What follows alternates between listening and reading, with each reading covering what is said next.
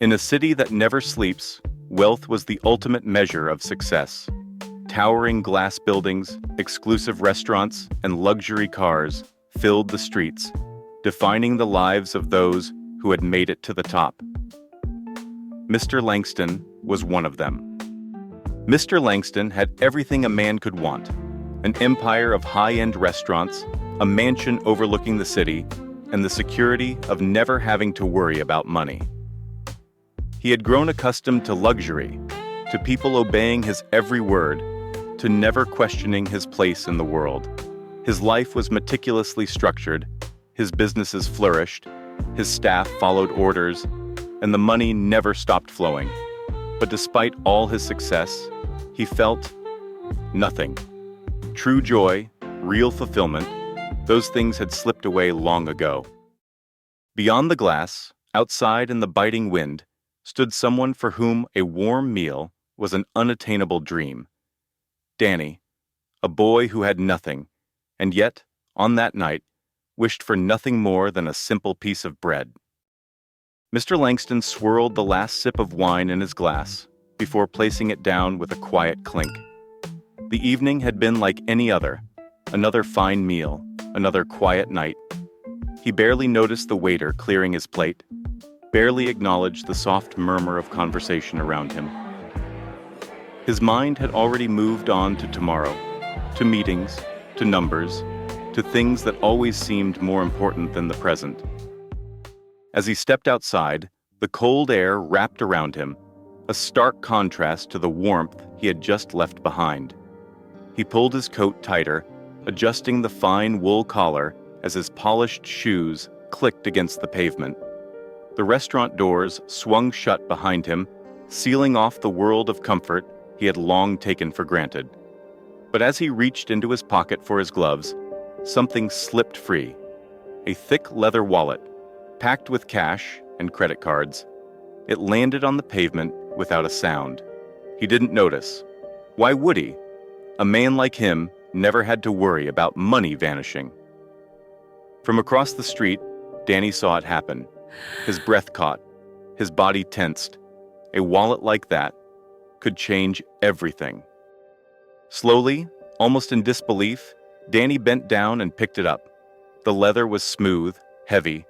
He flipped it open, his fingers brushing over crisp $100 bills, neatly tucked away. More money than he had ever seen in his life. For a moment, he just stood there, frozen. No one had seen him take it. No one would ever know. His stomach ached with hunger. His fingers tightened around the wallet. Just a few dollars. Just enough for food.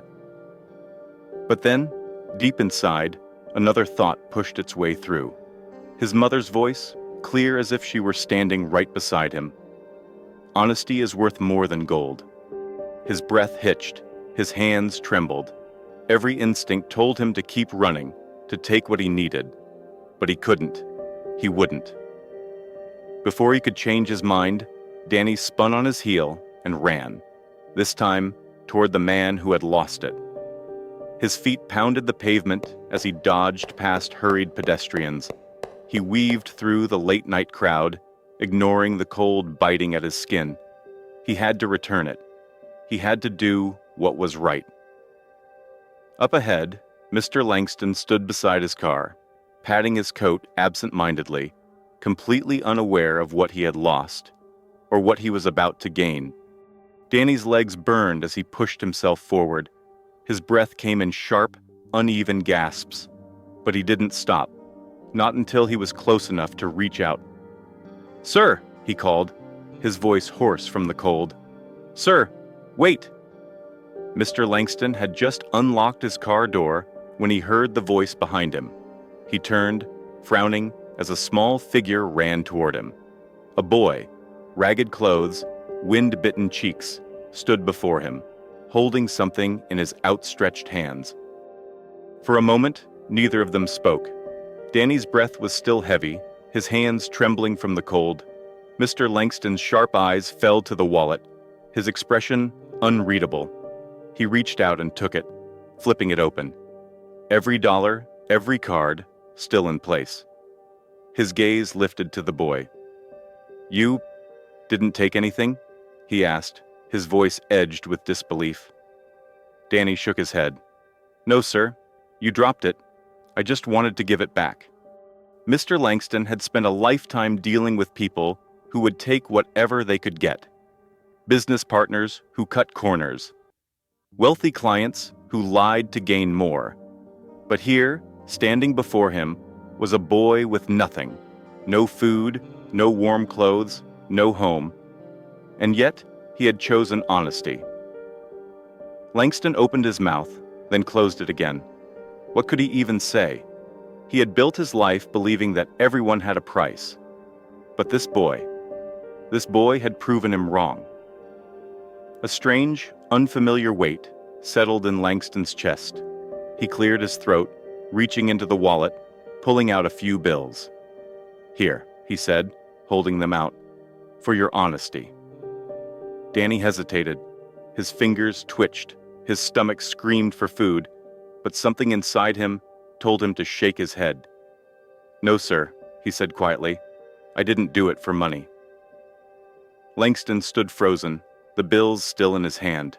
He had expected the boy to take them without hesitation, but Danny's eyes, wide and unwavering, held no greed, just quiet dignity, just something Langston had long forgotten. A strange tension lingered in the air, something unspoken yet undeniable. The city moved on around them, car horns in the distance, hurried footsteps on the pavement, but Langston felt disconnected from it all. He had spent his life understanding people, predicting their next move. And yet, this boy had done something he never expected. Danny gave a small nod, then turned and disappeared into the night. Langston remained where he was, still holding the money he had offered, an unfamiliar weight pressing against his chest. He exhaled slowly, slipping the bills back into his wallet, but the unease did not fade. The city blurred past as Mr. Langston drove through the empty streets. The wallet sat beside him, untouched. He had his money, his cards, everything exactly where it should be. And yet, something felt different. The boy's face wouldn't leave his mind. That quiet certainty in his voice, the way he had refused the money without hesitation. Langston had offered hundreds, thousands, to men who had done far less for him. And yet, this child, who had nothing, had expected nothing in return. A memory surfaced, unbidden, a small kitchen, the smell of fresh bread, his mother's voice, soft but firm. "Honesty is worth more than gold," she had told him once. Back then, he had believed her, but life had taught him otherwise. Life had shown him that money ruled all things, that success meant leaving kindness behind. Somewhere along the way, he had stopped listening to the lessons that once mattered. The warmth of the memory lingered for a fleeting second before reality came rushing back. The scent of fresh bread faded, replaced by the sterile air of his mansion. The creak of an old wooden chair dissolved into the near-silent hum of an automated lighting system. He stepped inside, the automatic lights flickering on to illuminate the pristine walls, the polished floors, the carefully arranged furniture. It was perfect. It was his. And yet, it had never felt so hollow. Every inch of this house had been designed for comfort, for prestige. Expensive paintings adorned the walls. A fireplace glowed in the corner, but it did nothing to warm the growing emptiness inside him.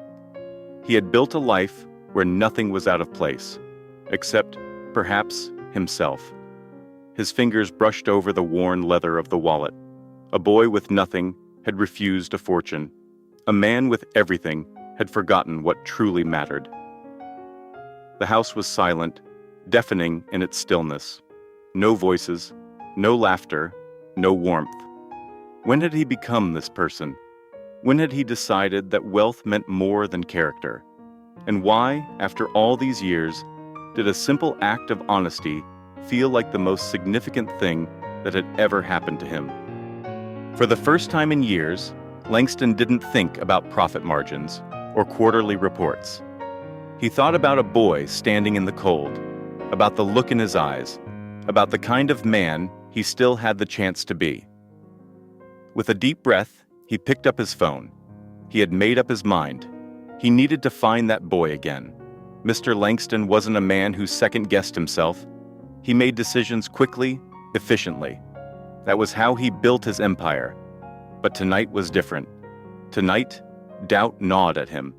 He had spent years ignoring people like Danny, people who barely scraped by, who lived in the shadows of the city's success. And yet, a single act of honesty had shattered the way he saw the world. He exhaled sharply, tapping his fingers against the desk. He needed to find that boy. He didn't know why, not exactly. He just knew that he couldn't ignore this feeling, couldn't go back to life as it was before. The city looked different now. The towering buildings, the neon signs, the luxury storefronts, all things he had once taken pride in, felt distant, unimportant. His eyes weren't drawn to the places he knew, the places he owned. Instead, he searched the spaces in between, the alleys, the doorways, the benches where people like Danny might find shelter. How many times had he walked past these streets without truly seeing them? How many faces had blurred into the background, dismissed as someone else's problem? Hours passed with no sign of Danny. Frustration simmered beneath Langston's calm exterior, but he refused to give up. Eventually, he pulled into a small diner, the kind of place he had never stepped foot in before. The bell above the door jingled as he entered, and an older woman behind the counter glanced up, surprised to see a man in an expensive suit in her establishment. He approached cautiously. "Excuse me," he said, clearing his throat. "I'm looking for someone. A boy, maybe 12 or 13, worn-out clothes, honest eyes. Have you seen him?" The woman studied him for a moment before wiping her hands on a cloth. "Sounds like you're talking about Danny," she said. "He comes around sometimes, helps folks out when he can. Kind kid." Langston's heart kicked up. "Do you know where I can find him?" The woman sighed, glancing toward the window. "If he ain't here, he's probably sleeping near the old church on 5th Street. Langston nodded, already turning toward the door. "Thank you," he said, meaning it more than he ever had before. 5th Street was quieter than the rest of the city. The towering buildings gave way to smaller structures, forgotten corners of a world Langston had long ignored. And there, beneath the dim glow of a street lamp, he saw him. Danny was curled up on a bench, his arms wrapped around himself for warmth. His breathing was slow, steady. For a boy who had spent his life surviving, exhaustion was a luxury he couldn't afford. And yet, here he was, asleep in the cold, as the world carried on around him. Langston stepped forward, his polished shoes nearly silent against the pavement. For a moment, he hesitated. What was he doing here? What did he even plan to say? But then Danny stirred, his eyes fluttering open. They locked onto Langston, confusion flickering in their depths. Langston took a breath and did something he hadn't done in a very long time. He spoke without expectation, without power, without the weight of his fortune behind him. "Hey, kid," he said softly. "I've been looking for you." Danny blinked, disoriented. The night air was sharp, biting at his skin, but the sight before him was even more unexpected. Mr. Langston, the wealthy man from the restaurant, stood just a few feet away, his face unreadable in the dim streetlight glow. "Why?" Danny asked, his voice hoarse. "Why are you looking for me?" Langston hesitated, the words forming slower than usual. He wasn't used to explaining himself. He was used to making decisions, giving orders. But this was different. "Because I owe you something," he admitted. "More than just money." Danny stared at him, wary. People didn't come looking for kids like him. Not unless they wanted something. He had learned that the hard way. But Langston didn't seem angry, and he didn't seem like he pitied him either. He just looked lost. Langston exhaled, rubbing a hand over his face before nodding toward his car. "Come with me," he said. "Let's get you something warm to eat." Danny hesitated. His instincts screamed at him to say no, to run. But his stomach ached, and despite himself, he was curious. He had seen many rich men in his life, but none who had ever come back for him. "All right," he said finally, pushing himself to his feet, "but only if I get to pick what we eat." For the first time that night, Langston let out a small, amused breath. "Fair enough, kid." Danny didn't want to go back to the fancy restaurant. He had no interest in the kind of meals served on gold-rimmed plates. So instead, they ended up in a small diner, one Danny had passed many times but never been able to afford. Langston let him order whatever he wanted, no questions, no limits. And as Danny shoveled down bites of warm food, he felt something he hadn't in a long time: safe. Langston watched him, deep in thought. This boy, who had every reason to steal, had chosen to do the right thing. And now, as he ate, he still held that same quiet dignity, as if he didn't need anything from anyone. "You don't talk much, do you?" Langston finally said. Danny glanced up, a small smirk on his face. "Only when I have something worth saying." Langston chuckled, shaking his head. "Smart kid." For a while they ate in silence, but Langston wasn't done. He hadn't just come here to buy the boy a meal. He had come because something in his life had shifted, and he wasn't sure he could ignore it anymore. He placed his fork down and met Danny's gaze. "I want to help you," he said simply. Danny stiffened. "I don't need charity." "It's not charity," Langston said firmly. "It's a chance." Danny narrowed his eyes, skeptical. "A chance at what?" Langston leaned back, considering his words carefully. "A real shot at something better. A warm bed, away off the streets. You don't owe me anything, but if you want something more, I can give you that." Danny didn't speak right away. He had heard empty promises before, but something about Langston's voice, something about the way he looked at him, made him think that maybe, just maybe, this time was different. A heavy silence settled between them. The clinking of cutlery and the quiet murmur of other diners filled the space. But for Danny, the world felt unusually still. He glanced at his half-empty plate, at the steam rising from the food he hadn't finished. A real shot at something better. Could he even believe in that? Danny wasn't used to choices. Most of his life, survival, had made his decisions for him. Where to sleep, wherever he wouldn't get chased away, what to eat, whatever he could find, who to trust, no one. And yet, here he was, being offered something that didn't come with a price tag, something he had never dared to hope for, a real chance. He didn't answer right away. He just stared at his plate, watching the steam curl into the air, feeling the weight of Langston's words settle in his chest. "What's the catch?" Danny finally asked, his voice cautious. He had learned that kindness often came with strings attached. People gave, but they always expected something in return. Langston met his gaze without hesitation. "No catch, kid. No contracts. No favors. Just a fresh start." Danny frowned, his fingers drumming against the table. "And what if I mess up?" Langston let out a quiet chuckle, shaking his head. "Then you mess up, and you try again." Danny wasn't sure how to respond to that. In his world, mistakes had consequences. There were no second chances. The world outside was the same as it had always been. Cold, indifferent. He had survived it for this long. He could walk away now, keep living the only way he knew how. No one had ever saved him before, and he had never expected them to. But then he thought about the wallet. about how easy it would have been to take the money and run. And yet, he hadn't, because deep down, he had always wanted to be more than just another kid struggling to get by. He had wanted to do what was right. And maybe, just maybe, this was his chance to prove that he was more than just the kid who lived on the streets.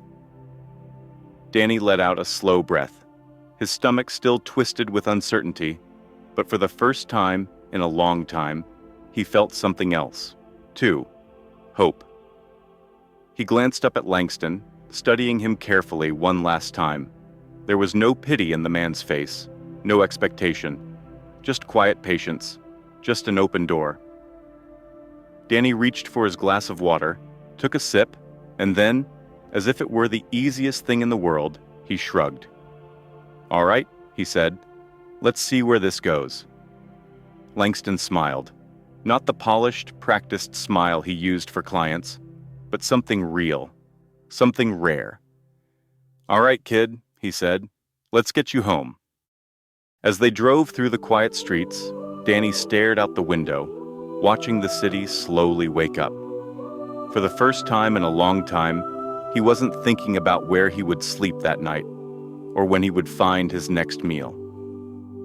For the first time in a long time, he wasn't just surviving. He was moving forward. And maybe, just maybe, he wasn't alone anymore.